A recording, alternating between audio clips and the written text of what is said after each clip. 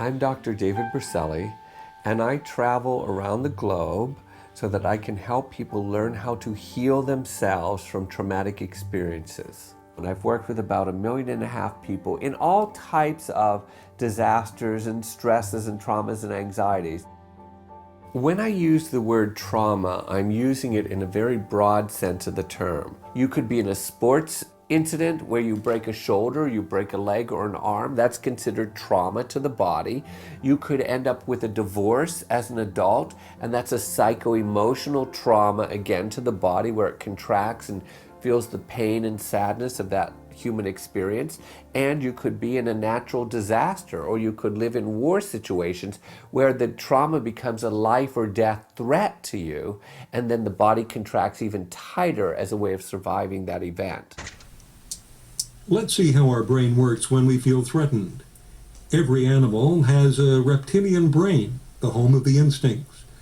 When the body feels threatened, it produces the energy needed to survive. Once the threat is over, animals instinctively release the energy, but in humans, the neocortex often overrides that instinct. So the extra energy becomes locked in the body and might set off trauma.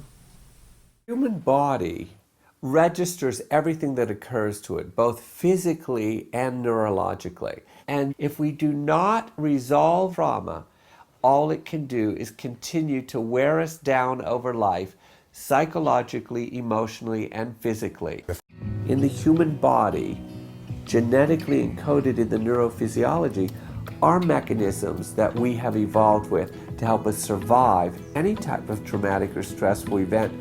When I recognized that this tremor mechanism was a natural neurophysiological response, my first thought was it must be somehow easy to activate. What I do is I get people to go through a series of exercises in their body that causes us to stress the muscles mildly and then to stretch the muscles. And we keep doing that in a series of muscles throughout the legs and into the pelvis.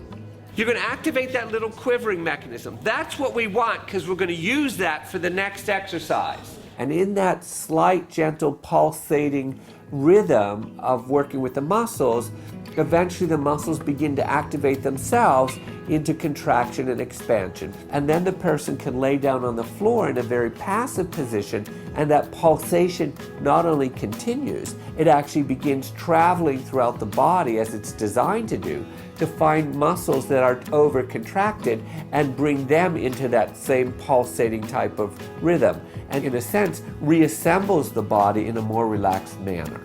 See if you can observe that the shaking literally are the muscles showing you where your tension pattern is, and it's trying to release it. I do remember having a sense of release from my chest, my diaphragm in particular, after the first time I'd done TRE, and it was a big sort of letting go, which I really quite enjoyed. I felt like I could breathe again. Someone had taken their size 12 foot off my chest for the first time in about 8 years. It was great. I think TRE is going to be useful for me because I can feel the baseline of where I'm at in terms of taking things on, being able to accept new things happen in my life, which we all need to be able to do because they just do happen. I think that threshold is going to come down every time I do TRE. I can see it happening, I feel it happening. I can feel it happening right now.